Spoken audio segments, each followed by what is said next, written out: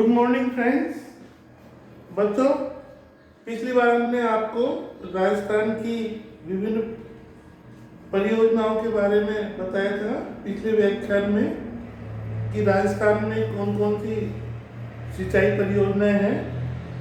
अब इसके बारे में हम राज्य की बहुउद्देशीय व अंतर्राज्यीय नदी घाटी परियोजना के बारे में बताएंगे। सबसे पहले आती है भाखड़ा नांगल।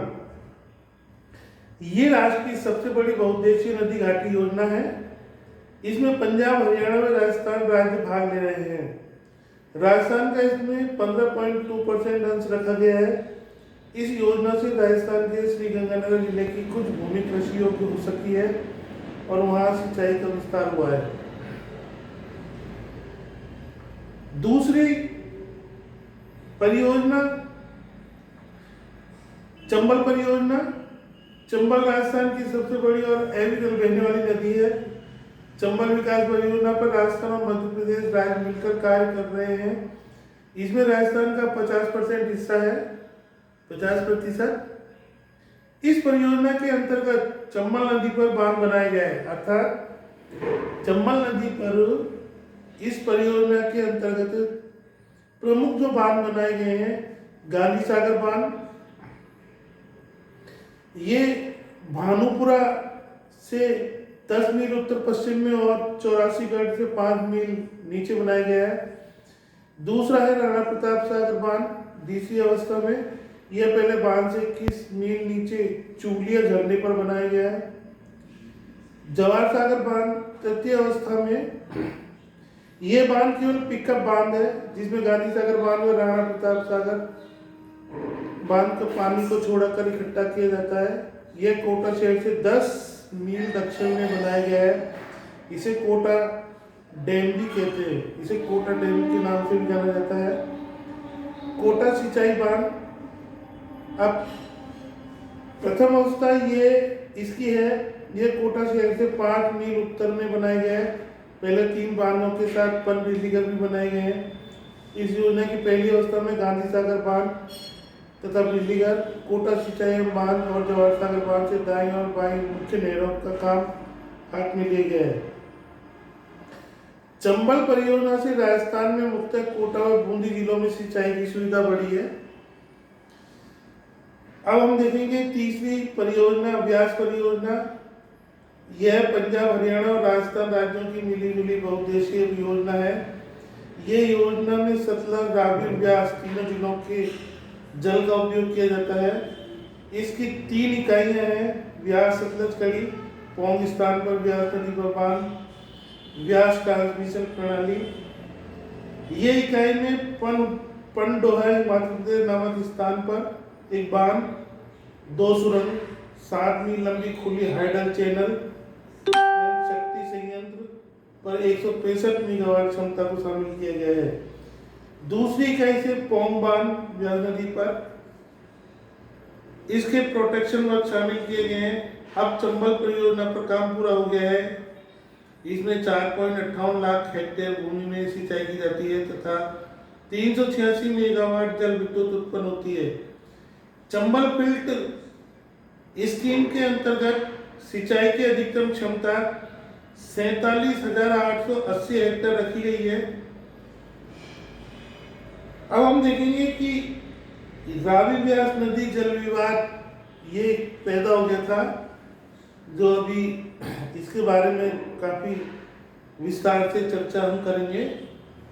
लेकिन हम ये देखेंगे कि इसके साथ ही जो ये परियोजना है इंदिरा गांधी परियोजना, ये इंदिरा गांधी परियोजना है, ये किस तरीके से जो कहां से कैसे, इसके बारे में, इसे पहले राजस्थान नहर के नाम से जानी जाती थी। यह परियोजना पूरी हो जाने से विश्व की सबसे लंबी सिंचाई प्रणालियों में से एक मानी जाएगी।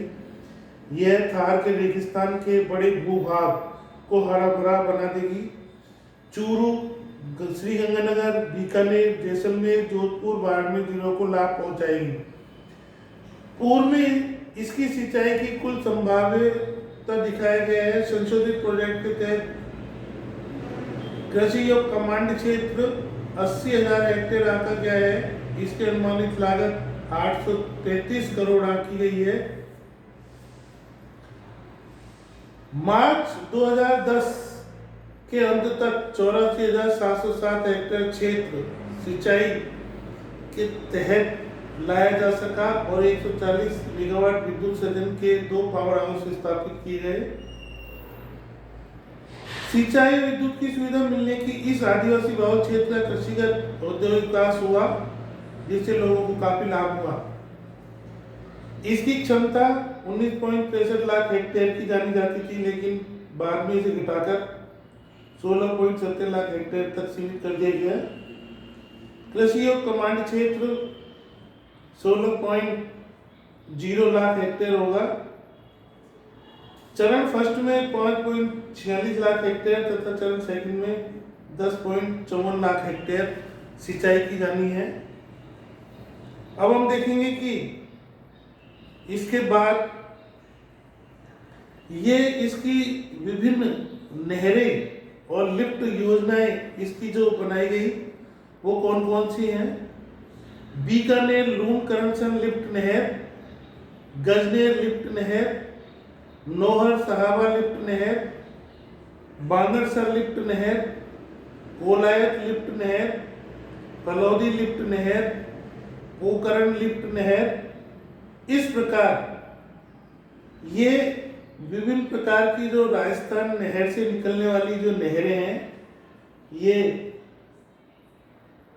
सिंचाई के लिए राजस्थान में उपयुक्त सिंचाई करती हैं।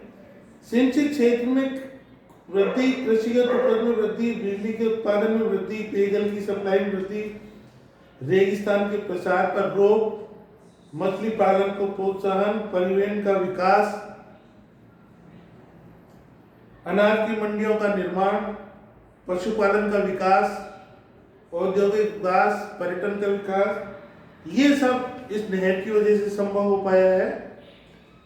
अब हम देखेंगे कि अन्य नहरें जो है कौन कौन सी हैं, इनका संक्षिप्त परिचय हम आपको देंगे। इसमें कुछ संक्षिप्त परिचय हम आपको दे सकते हैं। अन्य बृहद परियोजनाएं जो कौन कौन सी हैं: सिद्धमुख नौहर परियोजना और नर्मदा परियोजना, बीसलपुर परियोजना, राजस्थान जल क्षेत्र पुनर्संरचना परियोजना, जवाई बांध परियोजना, जाखम बांध परियोजना, मेजा बांध परियोजना, पांचना बांध परियोजना, मोरेल बांध परियोजना। इस प्रकार से ये विभिन्न परियोजनाएं मध्यम श्रेणी की परियोजना है, वो हम आपको बता देते हैं। जैसे गड़दड़ा बूंदी जिले में मांगली डुंगरी नदी व गणेश नाले पर बनाई गई है। तकली परियोजना कोटा जिले में, अमजर काली सिंध नदियों को सहायक तकली नदी पर, पिपलाद झालावाड़ जिले में, गागरीन झालावाड़ जिले में काली सिंध नदी की सहायक आहू नदी पर, लासी बारा जिले में और मनोर थाना में झालावाड़ जिले में, हथियादे बारा जिले में, राजगढ़ झालावाड़ नदी में झालावाड़ जिले में आहू व कंधारी नदियों के संगम पर और अंधेरी बारा जिले में। ये मध्यम श्रेणी की परियोजना है। इस प्रकार से भविष्य में सिंचाई के विकास की रणनीति सही होनी चाहिए। इसके लिए सिंचाई के लिए उपलब्ध जल का ज्यादा से ज्यादा क्षेत्र में उपयोग किया जाना चाहिए। बड़े व मध्यम सिंचाई के अधूरे प्रोजेक्टों को पहले पूरा करना चाहिए। नए प्रोजेक्ट धन की व्यवस्था होने पर हाथ में लेने चाहिए। पहले से उत्पन्न सिंचाई परियोजनाओं की क्षमता का पूरा उपयोग होना चाहिए। रिजर्व वास्टन स्पेसेस एवापोरेशन से होने वाली क्षति कम हो जाती है। जल मार्गों का यथासंभव लाइनिंग की जानी चाहिए। फसलों को अनावश्यक पानी देने से रोकना चाहिए ताकि ज़्यादा उपज मिल सके। इसके लिए फसलवार अधिकतम पानी देने का क्रम तय किया जाना चाहिए। सिंचाई के प्रोजेक्ट के लिए रखरखाव व पर्याप्त धनराशि व्यय की व्यवस्था की जानी चाहिए, क्योंकि रख रखाव की कमी से इनमें तेजी से गिरावट आ जाती है। इनकी जो मेंटेनेंस है इनकी बराबर मेंटेनेंस किया जाना अति आवश्यक है और बिना मेंटेनेंस के किए जाने से भूक्षरण यानी कि कृषि भूमि का और नुकसान होता है और कृषि क्षेत्र बिगड़ जाता है। तो हम अन्य परियोजनाओं के बारे में आपको बाद में बताएंगे। आज इतना ही, दैट्स ऑल। क्या है, क्या कह रहा है?